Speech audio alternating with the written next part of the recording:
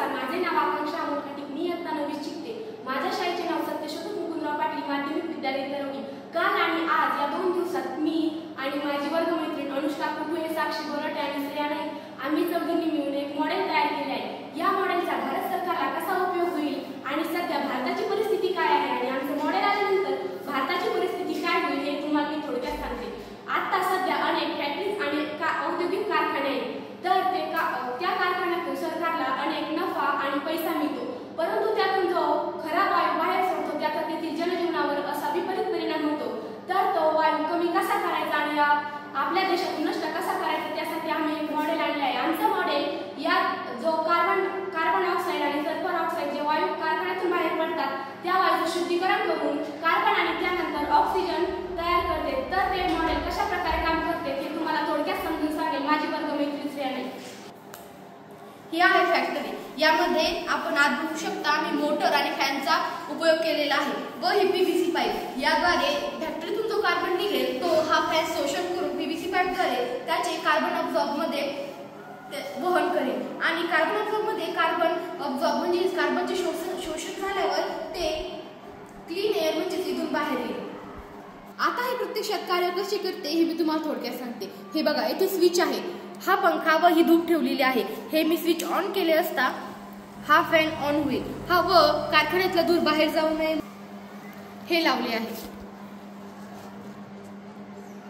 व आता पंखा त्या कार्बनला पीव्हीसी पाईपद्वारे इथे कार्बन ऑब्झॉर्ब मध्ये वहन करेल। आता कार्बन ऑब्झॉर्ब कसे काम करते हे मी तुम्हाला थोडक्यात सांगते।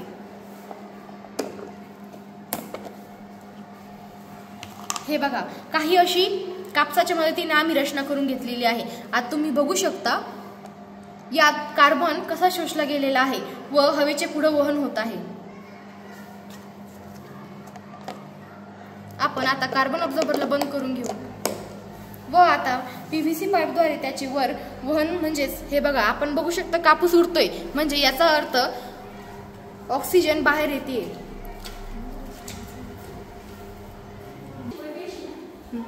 आमच्या या मॉडेलचं प्रेझेंटेशन माझ्याच वर्गमैत्रिणी अनुष्का कुटुळे आणि साक्षी बोराटे तुम्हाला सांगणार आहे। स्टार्ट। आमच्या या छोट्याशा मॉडेलचा हा परिचय।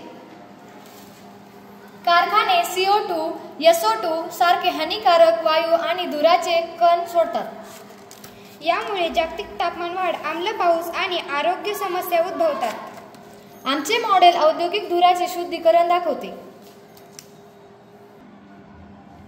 आमचे मॉडेल कशा प्रकारे कार्य करते हे त्याचे तत्व।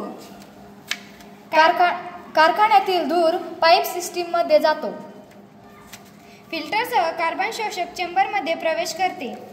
सक्रिय चारकोल हानिकारक वायू आणि धूर अडकवतो। आउटलेटमधून स्वच्छ हवा बाहेर येते। औद्योगिक धुराचे हवा शुद्धीकरणाचे प्रात्यक्षिक दाखवते।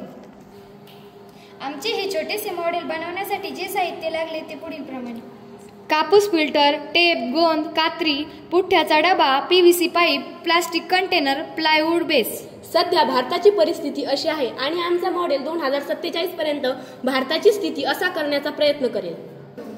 आमच्या मॉडेलचे वर्तमानात होणारे फायदे: हवेची गुणवत्ता सुधारते, कार्बन शोषण दाखवते, कमी किमतीचे शैक्षणिक मॉडेल आणि औद्योगिक हवा शुद्धीकरण होते, प्रदूषण मुक्त वातावरण तयार होते, हानिकारक वायू कमी करते।